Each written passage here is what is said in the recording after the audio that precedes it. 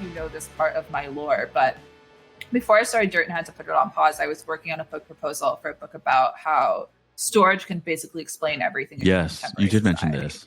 Yeah, and so part of it, like there was a whole section about cryptocurrency that's basically a storage-backed currency. So speaking of cryptocurrency and storage, I'm going to ask you to store this thread for just a moment because our guest is here. Who are we talking to today? Okay, well, we're talking to Joe Weisenthal. He is the stalwart on Twitter. He has a Bloomberg podcast called Odd Lots, and he's like one of my favorite financial posters because he is fluent in the currency of like finance Twitter shit posting, but his reporting and the conversations that he has, are very substantial.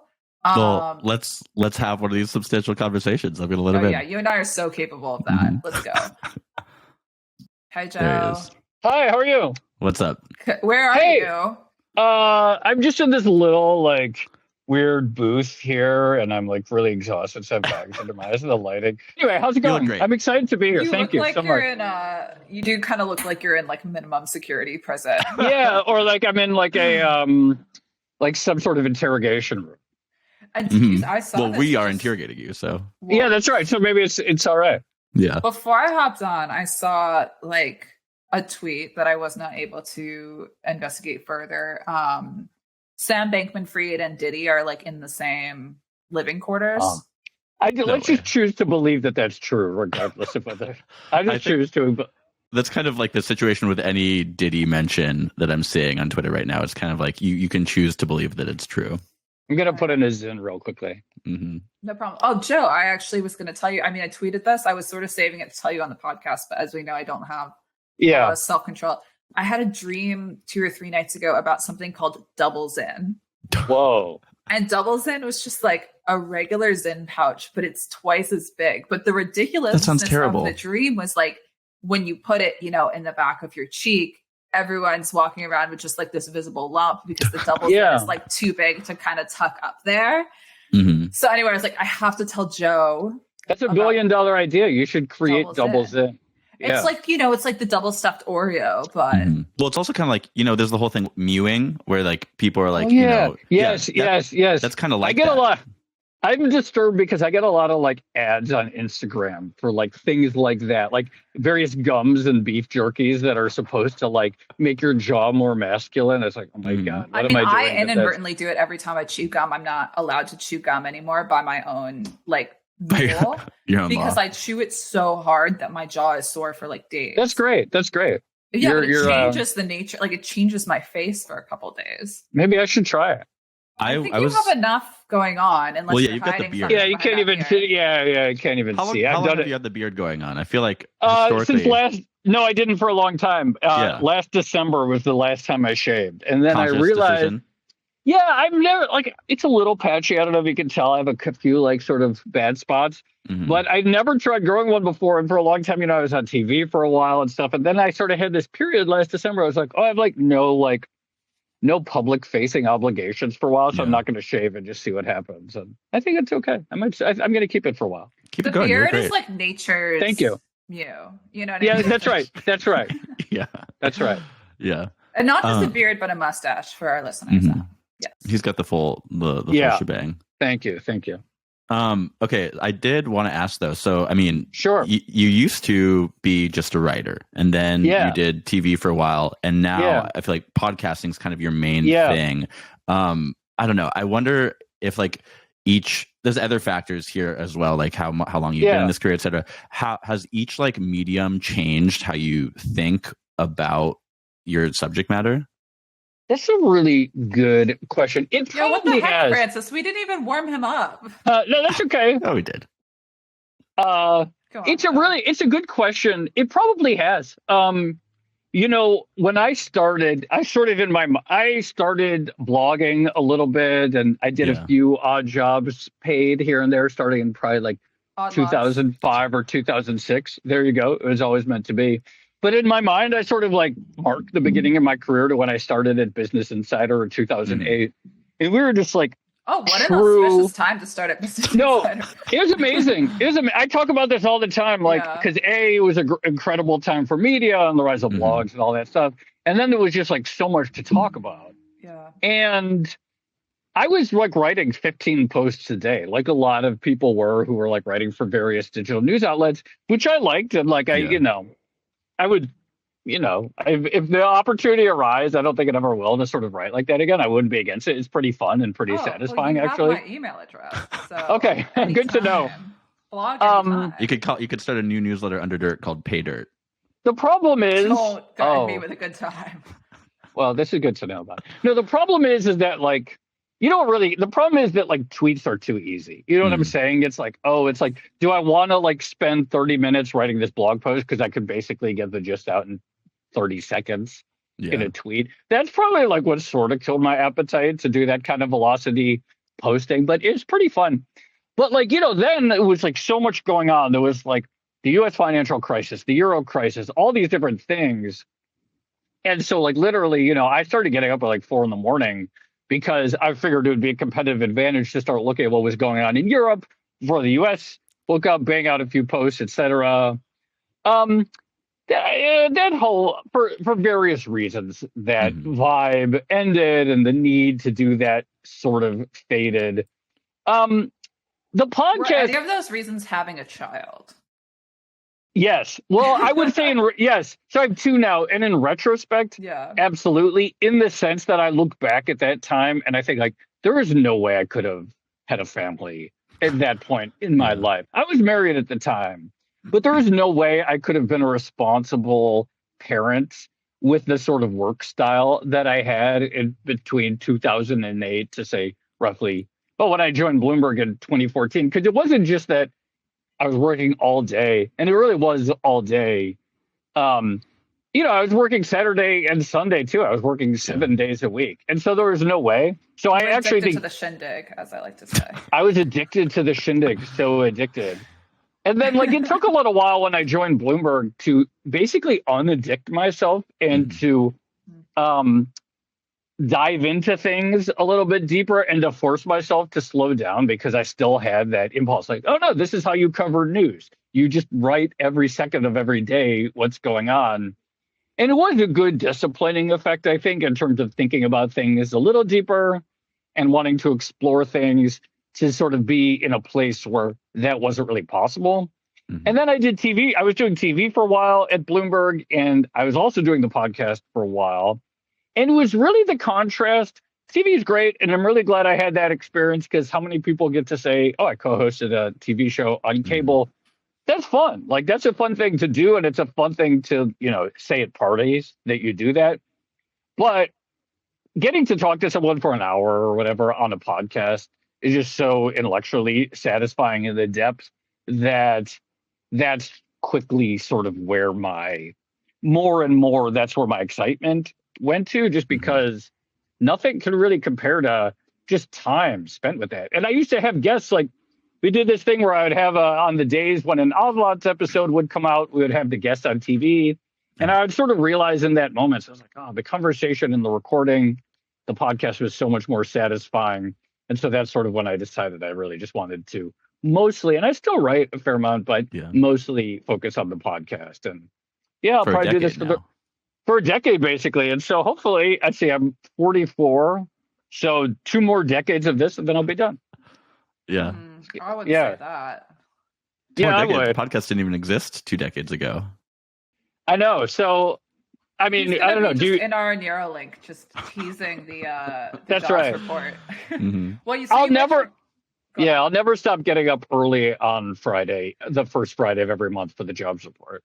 Well, there you go. The last thing that was sort of, I can't remember this must have been after the jobs report. Obviously you were teasing the announcement by the Fed. Yeah. Are they going to cut rates? They did by what, half a percentage point? Yeah. Okay. So obviously that was, I guess, an event on Twitter, Twitter, and opportunity. Believe it or not, it was actually, Believe it or not, it was also an event like in the real economy of trillions of dollars. It's beyond just Twitter. I know, hard to believe, but actually there was all this money at stake too. But yes, to your point, go on. As the not rare, but as an example of finance event that's both mimetic and for people who are like really insidery, and then also like obviously very quickly trickles out to the broader culture and reporting sphere. Like, what impact do you think this will have on startup land in the short term, if any? And like, you know, I think most people's like layman's understanding of the interest rate is like, they were low and now they're high. That's right. People attribute a lot of dynamics in Silicon Valley to ZIRP. And I think, you know, there's a sort of contrarian take, maybe it's the mainstream take in your world that ZIRP is an oversimplification of why more companies were funded during a certain period.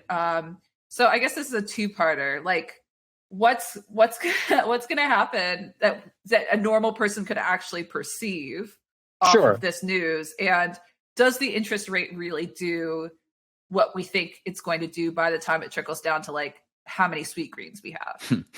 No, it's a great question for all kinds of reasons, in part because I find that even among reasonably plugged in people in finance, there's a lot of confusion about this exact question, almost to the point where I'm a little disturbed by it.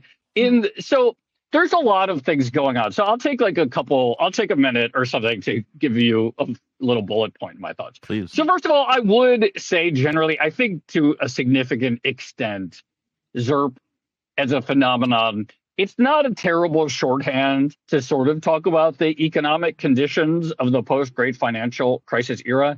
But the idea of like the low rates specifically being like the key lever there, I do think is, if not probably an oversimplification, if not outright being wrong, because there were a lot of things going on. And to my mind, one of the most important things was not the low cost of capital, which was low for some people, but not low for others, because there's no like one price of money, right? So if you're a rapidly growing company like OpenAI or Uber in its heyday or Airbnb or et cetera, you just have people like trying to shove cash in your face for free. And so, capital is cheap for you.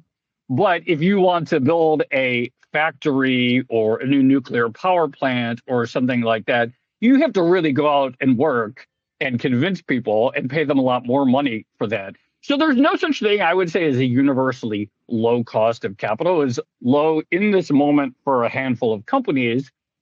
I think it was low. One thing that was distinct about the sort of post-Great Financial Crisis era is there was low cost of labor because we had high unemployment. And so if you look at a lot of the biggest names from that era, they're companies that in various ways exploited low cost of real resources. So Uber is obviously the prime example because you build this international taxi fleet on the backs of people who otherwise didn't have like high paying jobs. Hard to imagine that kind of company being launched at a time when unemployment is at 4%. And so I think this is like a really important dynamic. There are real physical constraints. Airbnb is probably another one. You know, why did people want to open up their homes to letting someone stay there? Well, probably because there were a lot of empty homes or people needing more money for their vacation homes or whatever. It helped, I guess, on some level that there are a lot of VCs wanting to plow money into them. But there was just a lot of spare physical capacity. You could say the same thing about WeWork, right? A lot of empty offices. You couldn't really build a WeWork at a time when all the offices are full and teeming with new businesses or legacy businesses that are using them. So I think this is a really important dynamic to understand, that what we call ZIRP, I mean, the reason interest rates were low is because the economy was poor and the Fed was trying to stimulate the economy. But the economy was poor also meant high unemployment. It also meant a lot of empty homes. It also meant a lot of vacant office space. So if you think about even like the sweet greens and stuff of that era, to some extent, it was probably about the new rise of, different, millennial tastes and millennials in the workforce and various things like that. But also, cheap online ordering and abundant labor and all these other things that are sort of like a chicken and egg thing, though, too, right? That's because which came first, the millennial focused startups or millennial tastes? Yeah, that's for you to. I don't know. That's for you to. Oh, because I'm a millennial. No. Wait, are you not? Are you an elder? So my definition of millennial Gen X cutoff is: did you have Facebook in college? Because I didn't, and I think that's like a really important, like that's like a really defining aspect of like that sort of like, were you an adult when this certain mode of interacting was? We did not at the University of Texas. I graduated in 2002. We did not have Facebook at all then. So therefore, I do not consider myself a millennial. It's others can disagree, but I think that's like I find that to be a useful way to think about it. That's interesting. I'm like a millennial Gen Z cusp. I was born in 94, and I would translate that to like because I had Facebook when I got to high school. I got it in 9th grade, right? And so I wonder if then the Gen Z cutoff is like, did you have Facebook at all, or like did you have it in middle school? Well, I think that's a good one. The other thing is, so you graduated from high school in 2009, you said? 2012. I was in 2012. 2009. Yeah. So, I mean, I also think probably the rise of like mobile social networking is its own distinct phase. So there's probably something around there that like the fact that for Gen Z, the internet is the phone primarily, probably could be a similar way to think about that cutoff.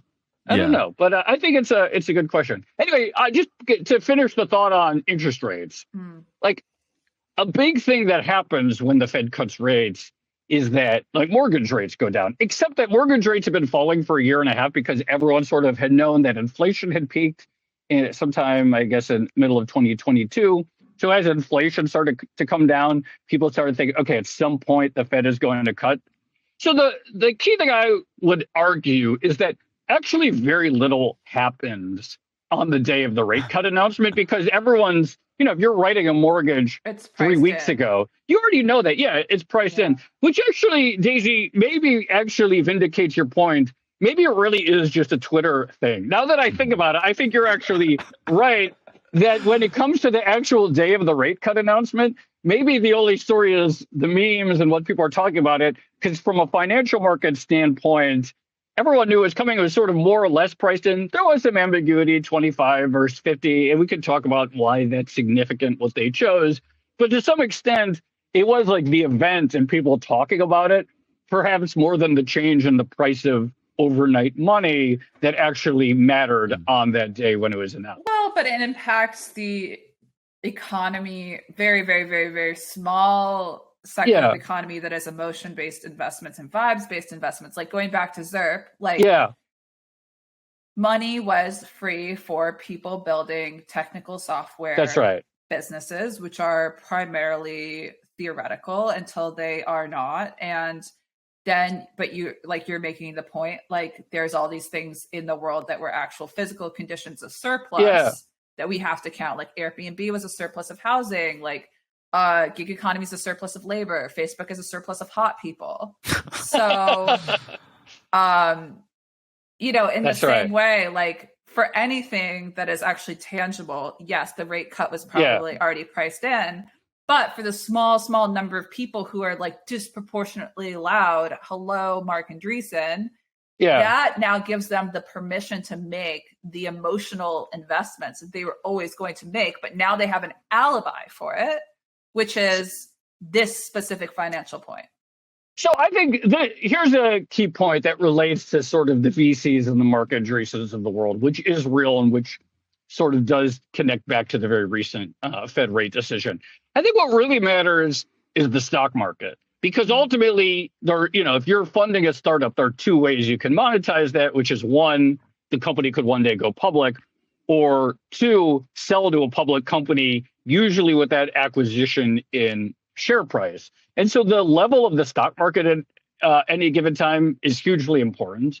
And the one reason that the rate cut, so on the day after the Fed decision was on a Wednesday, the tech stocks surged like 3% the Thursday afterwards.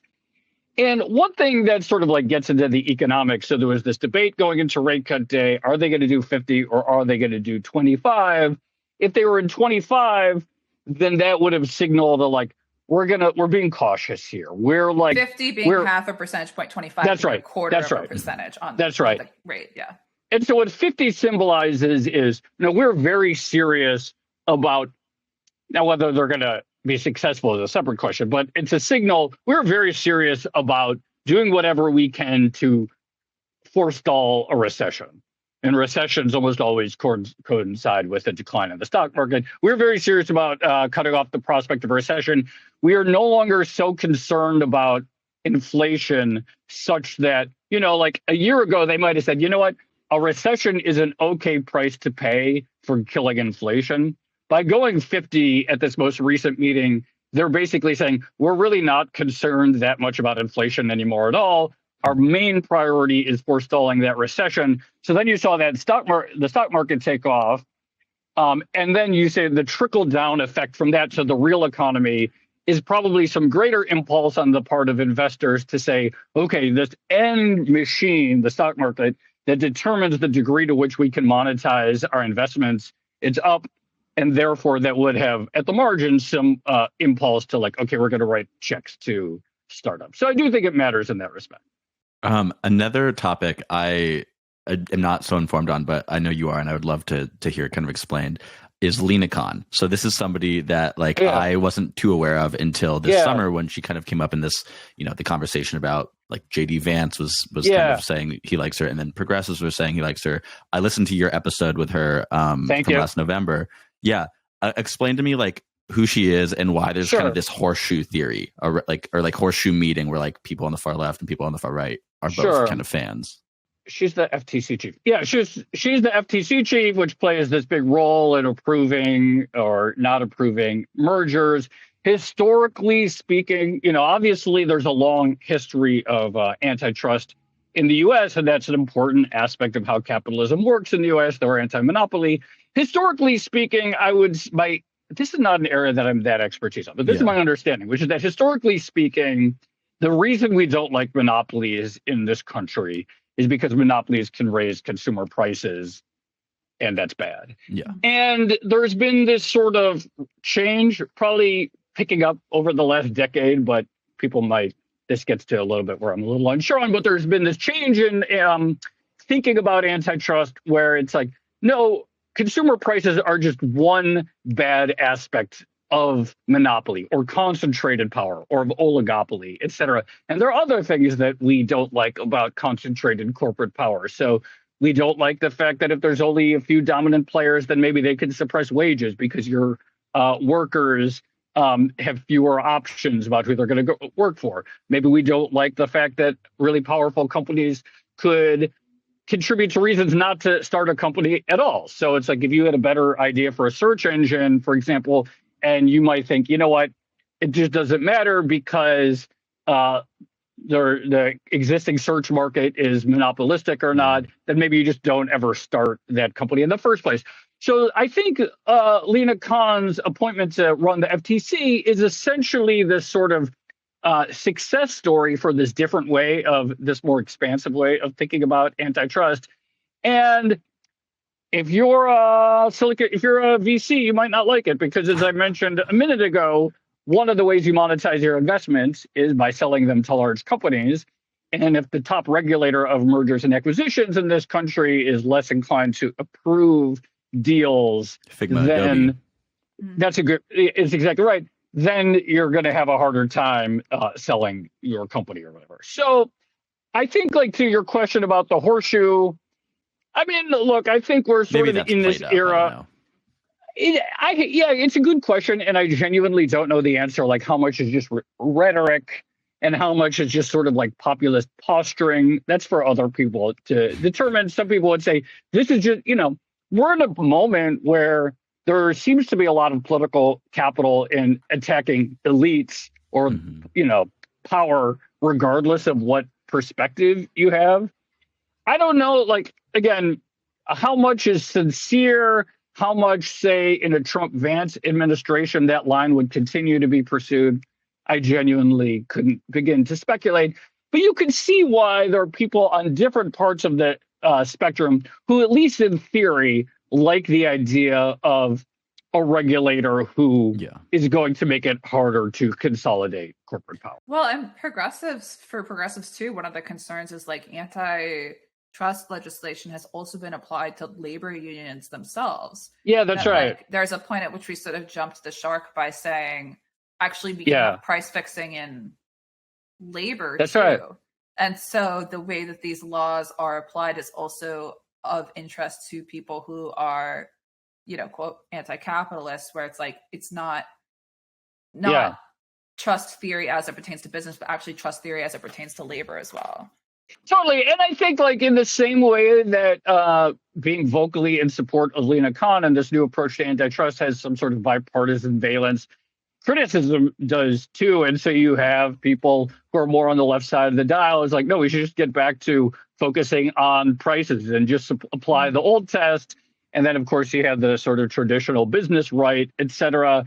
And it gets even more complicated, of course, because you have a lot of these VC types who probably who maybe, I don't know, they're a little bit incoherent, perhaps, because on the one hand, they're upset about their deals falling through, but maybe emotionally, they still sort of like the idea of a harder line on power, prominent VC type tweeters and so forth. So I don't know where it's going. It'll be interesting to see, regardless, like after this election, whether this particular strain of antitrust thinking carries over. I think that's like a pretty big open question, to be honest. Well, it also depends like what stage of investments you make, because if you're early in that stage, your exit is other VCs. Your right. Exit capital is other VCs, and so I feel like if you're the last one holding the bag, then you're concerned about IPO. But I think that's maybe early stage and late stage can explain some of the political schism as well. Yeah, I'm sure. VC Twitter. And I see Francis has written down for you, and I'll have to ask him where this comes from. I assume maybe a previous episode that he wants to ask you about the current state of yuppies. Oh, okay. Interesting. Well, wait. So here's what I just read this book, Triumph of the Yuppies, America, the 80s, and the Creation of an Unequal Nation. I think it came out this summer by this guy, Tom McGrath. And it's kind of like, I don't know, it's kind of like a light history, a fun read. It's like, it sounds very David Brooks. It's about the 80s, like Jerry Rubin and like Jack Welch and shareholder primacy and it's corporate hostile takeovers, etc. But I'm more interested in talking about this in a very casual sense of like, does the yuppie still exist? Like, kind of the thesis of this book ends up being that like, well, like the yuppie doesn't exist because it's like it's everything now. We're all yuppies, like the yuppies won, etc. So yeah, I don't know. Do you think yuppies still exist? Or like, what is yuppiedom? Whereas in the 80s, it was this very clear thing that was talked about. Is it a thing now?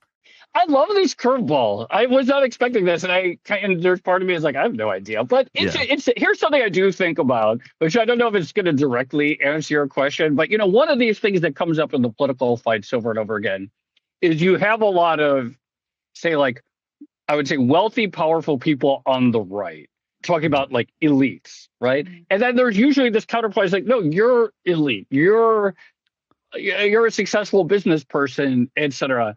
And it's like, no, like objectively speaking, you who runs this VC firm or you who runs a large media organization headquartered in New York City, by any objective definition, you are elite, right? So what are you even talking about like elites? But on the other hand, there's something there. Like is what I think. Like there's something there. There is some class of people that I think is usually sort of liberal leaning professionals in the world, more on the coasts, et cetera, who are probably largely Democrats who have us. And I don't know if it's like necessarily, many of them probably aren't even well paid, but are in some sense, sort of like influential elites. And I kind of have this theory that like everyone really at heart, and I think you see this with the rise of like prominent hedge funders who have got into posting, et cetera, like money is great. Political influence is great, but what people really want is to be taken seriously as a poster. Like if you had one of those like pyramids, of like the different basic things. The Maslow's hierarchy, like at the base of it is desire to be taken seriously for your tweets. And I just sort of think that like this is like the sort of core thing that we've all discovered, which is it really doesn't matter how rich and influential you are. It doesn't matter like what politicians you have on speed dial, etc. If no one takes your tweets seriously, you're probably frustrated and annoyed and think you deserve to have them taken seriously.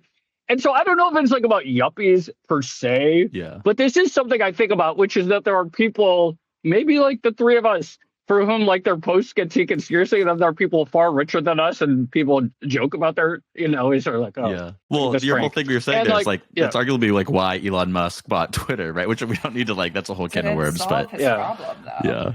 Francis, did this book get into kind of the moment at which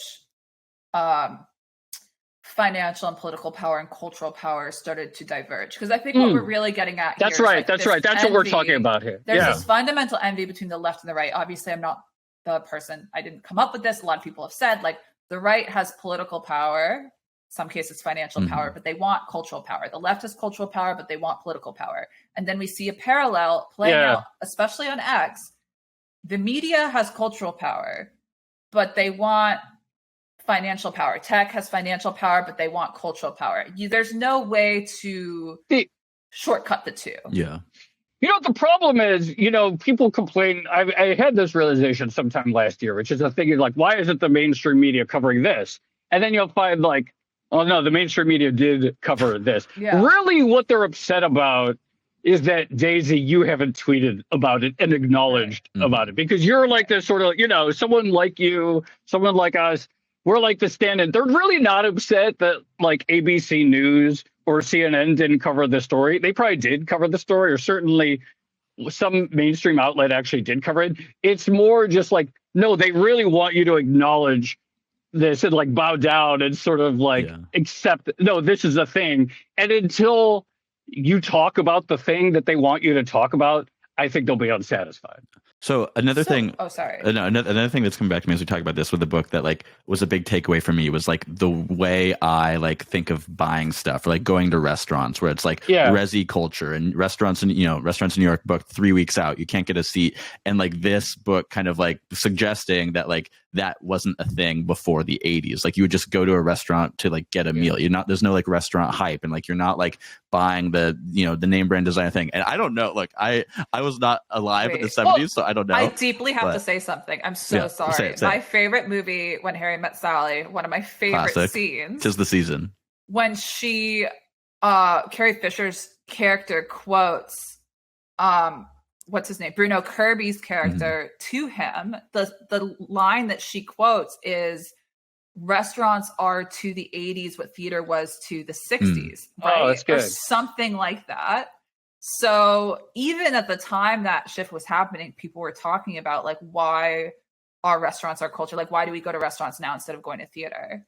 Well, so what's funny too food is really good. What's the name of the guy who wrote Bright Lights, Big City? Jay McInerney, blind columnist. I just listened to. He was just on How Long Gone last week, and I listened to that episode, and he was saying how restaurants now have replaced what nightclubs were in the 80s. So, right, well, my father-in-law is going to kill me. Well, no, he doesn't listen to this. So my father-in-law went to Williams with Jay McInerney. Yeah. Jay McInerney somehow talked himself into a higher level philosophy class as like an undergrad and would pontificate and chain smoke. And so another time. Yeah. So my father-in-law, that's just like Jay McInerney. Like I was in class with him. He was not qualified to be there. And all he did was chain smoke, which I guess now is like a cool thing to do. But I guess like I'm wondering, like, is the reason we don't see yuppies now because you have to like choose a lane where you can be a cultural yuppie or you could be a financial yuppie, but or like I want to be rich yuppie, but you can't really be both because the behaviors of one is so cringe to the other. Yeah, which is like the death of the bohemian. Bobos in Paradise. This is a good question. I don't know. Can I just say, like, I really like food. I like going out to eat. I never have a problem. There's a million restaurants in New York City. I just walk into them all the time. So, this is so refreshing, Joe. Whenever I see there's like discourse about, you can't get into a restaurant. You're like, just go to any other of the Just 10, go to literally any other restaurant. We live in New York City. We have so many amazing restaurants in New York City. I never have any issues getting amazing food in a restaurant if I want to on any given night. So I have to say, maybe it's because I've been married since for 18 years now. Maybe if I were single and dating, I would have some other pressure or something like that. But if people are really worried, trust me, there's plenty of good restaurants out there. It's the it's the best city in the world. Just walk out your door and you'll find one in 2 minutes. Well, okay, so this goes back, I think, again, to something like this. The kind of final nail in this yuppie conversation, I think, is when we were talking to the industry guys, Mickey and Conrad, a couple of weeks ago. Can we just talk industry for the rest of the show? Yes, it's on the list. Okay. I know it's on the list. I know. So, all right, perfect seg. So they were talking about, like, maybe I read this in, maybe it was the interview we had, or maybe it was another thing I read. But anyways, they were talking about how, like, for millennials, there's still this fraught idea of selling out and, like, not wanting to sell out. But with Gen Z, it's like, you don't even think about that because, like, you monetize yourself, and, like, you need to get the money. You have, like, if you want to get to buy the stuff, which of course you want to buy the stuff, you have to get the money, you have to get a good job, etc. And you're like, you're monetizing yourself on Instagram, whatever. I don't know. I guess the question is, like, do you agree that, like, there's this, like, generational shift towards, like, being less, like, shameful about money, or about wanting to make money? Yeah, I think so. It certainly feels like it. And when I was in high school in the early 90s, and there were just endless articles in various zines I would read about punk bands, and they're like, oh, you signed with a major label, you've sold out, etc. And it really does feel like that whole discourse is completely dead. I guess I'm just going to be really old and say I wish people still had a little bit more shame. I wish there was still a little bit of shame left. And I wish that there were still this idea that if you're making money on something, there's probably a good chance that you've made it bland, or you've sort of appealed to the lowest common denominator. I'd like to go back to sellout discourse, at least turn the dial a little bit, because it really does feel too, which is that, and I know that there's all this for the last several years, probably over a decade now, this sort of debate about, like, in the music, and you poptimism in the music, and this idea that, like, is the best music also the most popular? And it used to be sort of embarrassing to be really into the bands or the individual musicians that were at the very top of the list.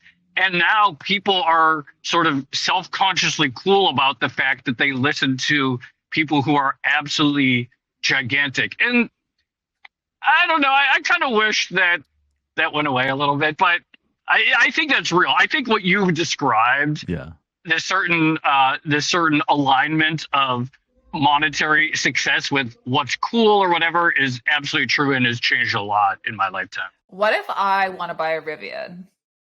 Go. You should get it.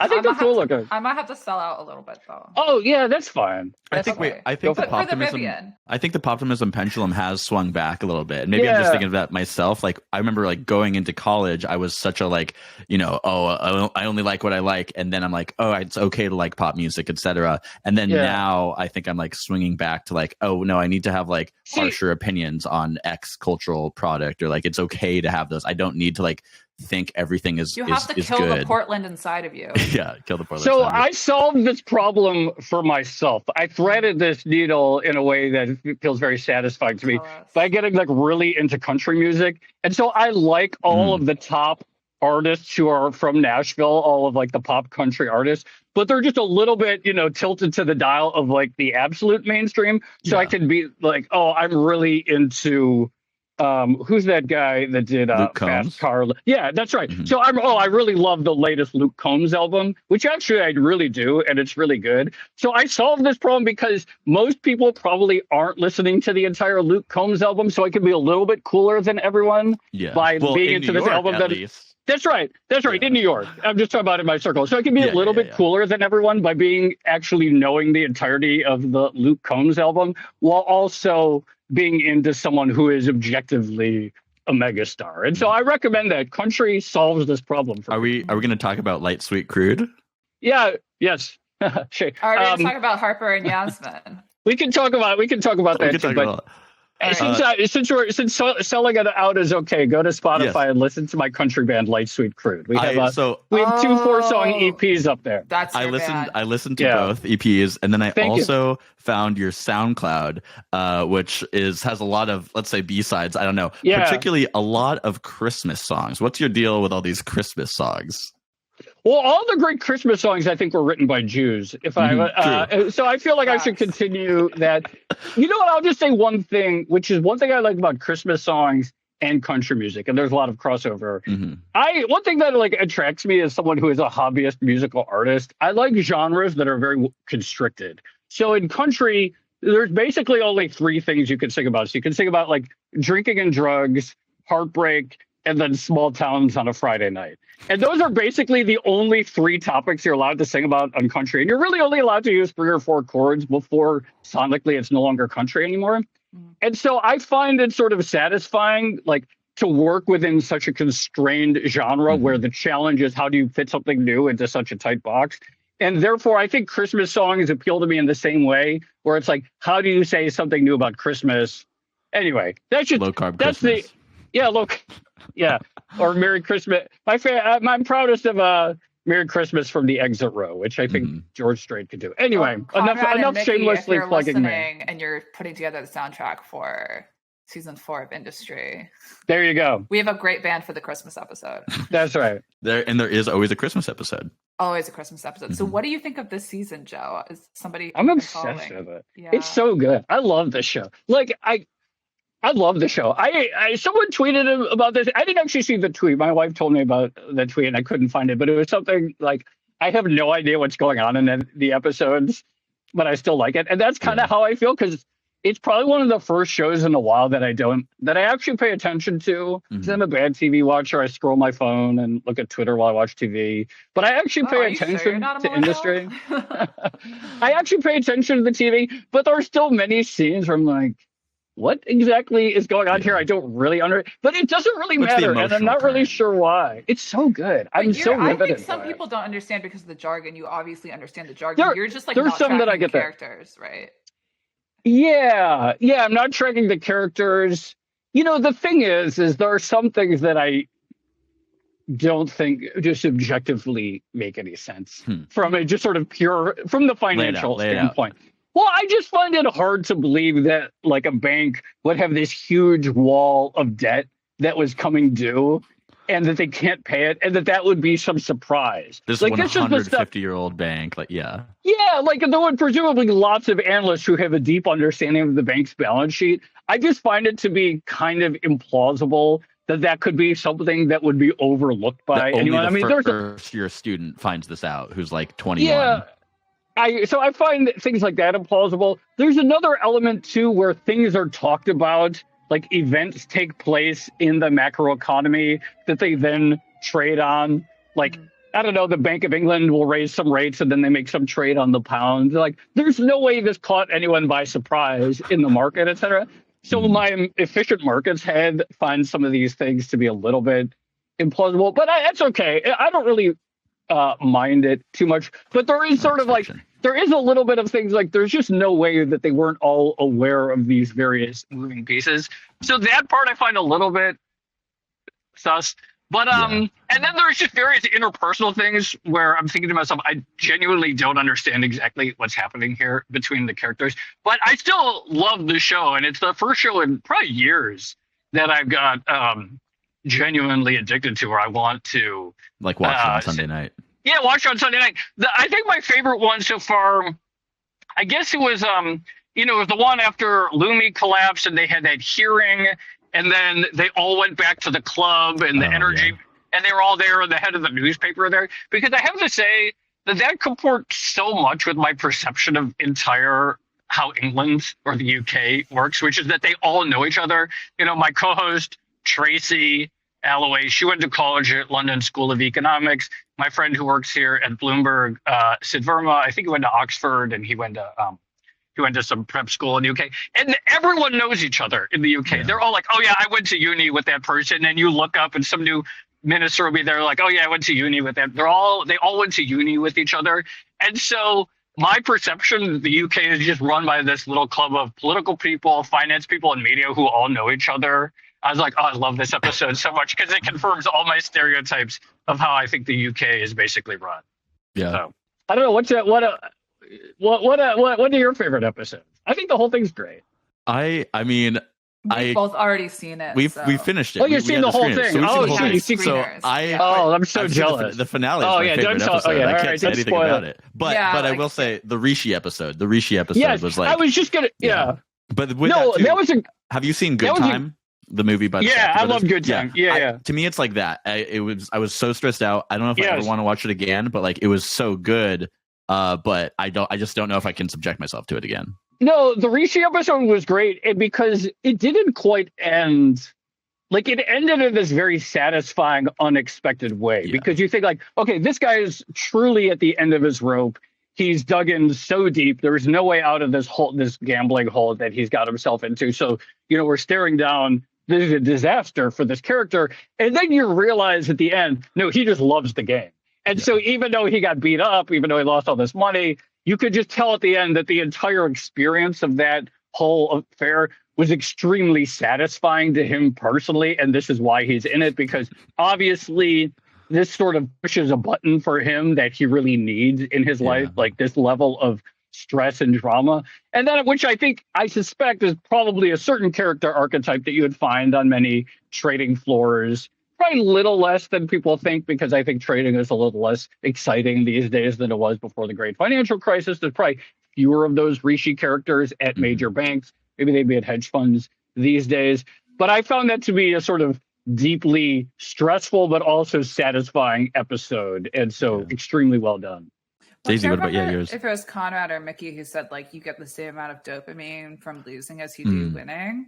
I don't know if that's technically true scientifically, but it definitely is like, well, there's just the dopamine hit from playing the game. Well, I played some poker with my friends on Saturday night, and I will say I did leave the table with $0, and it was a thrill.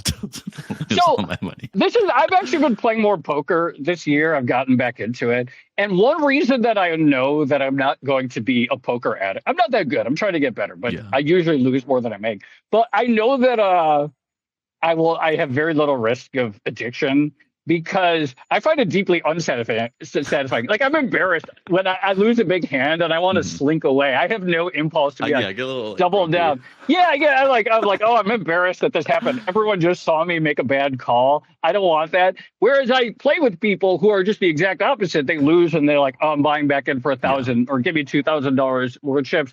I don't have that impulse. It makes me not want to play. I don't want to play at a casino. I just like to do it to like sit with my friends for like 6 hours and like shoot the shit, right? Like I've never played in a casino. I don't think I ever will. I like the casino vibe. I was out in California recently, and it was quite bad because like I'm out there. I was there for work, and there are in theory people I could have met and had drinks with. But there was there are lots of card rooms in Southern California, so I'm just like, I'll see you guys tomorrow morning. I'm gonna go play cards. There's something about the anonymity of it in a casino where everyone's just there. I kind of like. But to your point, there is this really good book about poker called Positively Fifth Street, but I think it's by this author James McManus, where he talks about his experience at the World Series of Poker and his experience knowing poker players, and he talks about this friend of his, and I want to try to keep it PG for the people listening, but who essentially would get into a state of sexual arousal upon losing a lot of money. And that there was some like sort of like literally turn them on. So I could see there are definitely people in the world for whom losing money is on some level just as satisfying as making a lot of money. Well, I think this season's very dark. I think the show has obviously produced a lot of interesting memes and is operating on a level that's actually very humorous and lighthearted, and as the creator said, like funnier almost than past seasons. Totally. But I think, it's a classic comedy and drama, right? That's right. The whole thing is like, oh, the bear's a comedy, whatever. It's like, why are we even having this conversation around the bear? Like, let's have this conversation around industry, because that's right. Well, industry, the bear is totally joyless. I was not a fan of this most recent series because I finished it, but like every episode and every conversation is just so heavy. And every time they cut a tomato or something, it's like this big, long discussion about some trauma that the person had when they cut a tomato 10 years ago. I just want to see them eat tasty food and cook tasty food because that's fun. That's joyful. Yeah. And so I do think that like industry is good because it's really stressful and dark, but it's also joyful because they have the fun of it and they have the excitement, where I think the Bear this season totally missed all of it. Well, totally. And like, I rewatched Margin Call recently because my husband hadn't seen it. I kept telling him you have to see it. The first time I watched Margin Call, I was laughing out loud. I was like, Margin Call is a comedy. And I rewatched it because I had already watched this season of Industry with the episode that just aired, which obviously has a lot of... Which is the penultimate episode, right? I think. Penultimate episode has a lot of, to me, references to Margin Call. And Margin Call being... in my mind, a comedy, like going back and watching it, the darkest thing that happens is like Kevin Spacey's like burying his dog as like a metaphor for the American market. You know what I mean? It's like, okay, whatever. It's kind of camp in retrospect, but there's nothing in Margin Call as dark as that Eric Bill moment. And that was genuinely like dark television. And Conrad and Mickey were like, we had like, it was hard on set to film this scene. The first episode they directed also. That it was it was painful. Well, you know what? I actually did not finish. I still have about 15 minutes to go from Sunday's episode. I know. God. Sorry. Okay. All right. On the podcast, unprepared. What? Sorry. You're right. You know what? I watched it last night, and I was like 15 minutes ago, and I was really tired. But anyway, now I know that there is this very dramatic Eric and Bill. Okay. On this note, this is Tasteland. See you next week. Sorry. I know. Sorry. No. Yeah. Okay, wait. Actually, I do have at least one more question. Okay, so you've tweeted, you have like nearing 500,000 tweets. You're famously a Twitter addict. Yes. Don't pocket watch him. But okay, you were tweeting today about the devolution of Twitter, how it predates Elon Musk, etc. I was wondering if you're like actually considering any other platforms. You last posted on Threads in January, so I don't think you are. I think you're kind of just Rishi moding it and just the game. But I opened Blue Sky today. Opened Blue Sky today for the first time, and this is a tough one. I don't think I'm that close, but I must be closer. It's just there's so many. In the last several weeks, I've started to wonder why I subject myself. I think the pendulum, which is just what I feel every time I open Twitter now, because there's just so much sociopathic, misanthropic lies, racism of every variety. And I start to wonder, is there like a great reason for me to subject myself? I would still bet on myself not really getting hooked on another platform, but I have to admit, like, I kind of think it's taking a little bit of a toll on me to just sort of open it every time and just see the sheer amount of slop that is now overtaken that site and like wonder, am I really getting anything? But then every once in a while, like you think of something really clever and you have a great post and it gets a bunch of retweets, like, oh, this is why we're in the game. This is why we love posting. And like that hasn't totally a favorite day. Like, is there like a day, like, or like an event? Probably, and favorite maybe is the wrong word, because oftentimes the best days on Twitter aren't about good things; they're actually about terrible things. I don't know. Maybe not. Because I was trying to think if I have like speaking. Since it actually connects to industry, late 2022 when Liz Truss, the Prime Minister of the UK, unveiled her emergency budget or whatever, and the pound plunged, etc. Like, that was a fun day for me, because for me, there's a lot of meat there. There's like, let's talk about the mechanics of how currencies work. Let's talk about the relationships of deficits and rates. Let's talk about the interest of fiscal policy and monetary policy. And then you layer in all the politics and all the memes. So I think those are like thick, meaty days. Yeah, right. The lettuce. So those are like the kind of moments that I think like for me, there's a lot there. On the pound dropping because it was already priced in. In the show or in real life? In real life, you just said in the show it's unrealistic. Nobody would be trading on a real-world announcement. That part was a genuinely, unlike a typical Bank of England decision, like that was a genuinely surprise thing, and it took a while to figure out. And it was another good thing about it, and it sort of harkens back to what actually genuinely made Twitter great in the 2010s. And this is really important, is that the other thing that happened on that day is there were a handful of people that actually knew what they were talking about on that day. And there were people that understood the liability structure of the UK pension system and could talk about how that interaction and the pension funds got margin called and could actually explain something. So, there's a lot of garbage on that site, a lot of memes. Some of them are all right. But also for years, it was an amazing place where someone could have expertise who might not be a columnist at a major newspaper or whatever, and they could teach you something unmediated. And that is really what made the site great, and to some extent still does. But a lot of those people, I think, have sort of given up, and you just don't get that as often. Or you get these people that think they know something and do these big 25 threads and 25 tweet threads, and they have no idea what they're talking about. But there was sort of a golden age where like, wow, I'm like discovering people's insight that I would never have gotten on any other major platform immediately. And that was a good example of it. But there are fewer and fewer far between these days. And that's kind of sad. I'm calling it now. The next sort of thread expert we're going to see rise up. We're about to witness the ascendance of the nuclear energy poster. Oh, yeah. There's a new solar energy bro that I'm really excited about, actually. Yeah, I know. By the way, I'm calling. Speaking of, I'm getting ahead of this, which is that being sort of a nuke bro is becoming a little cringe. Actually, I'm gonna be one step ahead here. Mm-hmm. So that I think that like now, like if you're just sort of like a true like pure nuke bro, that's like a little bit 2023. And now like the sort of even more sophisticated is like, yes, nukes, but also there is a role for solar, and that's not just some like hippie liberal dream. Yeah. So I think we're gonna the nuke bro I think is like a little bit dated now. I'm just gonna take the other side here. So I live close enough to Indian Point that they have to send me literature to my house every year telling me where I can pick up potassium pills. I love that. How to evacuate. Do you have some? No. Come on, man. Do you need some? If it's my time, it's my time. No, but if they reopen Indian Point, like, do I have to move? I don't know. No, they're safe. You won't have to move. They're safe. We recorded a really good episode that touches on some of this stuff, so it'll be out next week. By the way, little point from last episode where I said somebody should have a podcast on the Big Dig. WGBH did an excellent audio series. Oh, that sounds good. That sounds good. So if that sounds good to you and you want to learn more about the Big Dig, WGBH, if you want to learn more about why it's okay for me to live across the river from Indian Point, what's the Odd Lots episode called?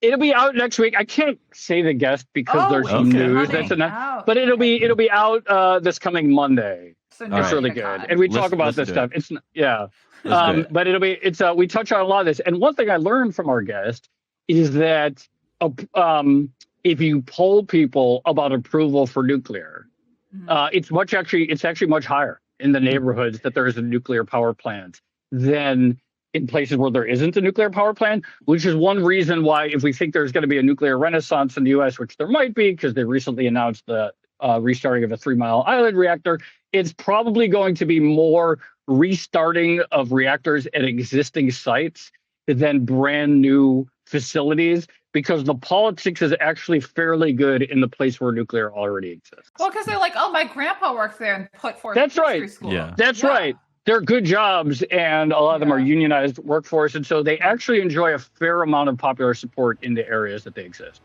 I think let's end it right there. We'll plug that. Listen to Odd Lots on Monday for a great episode about nukes.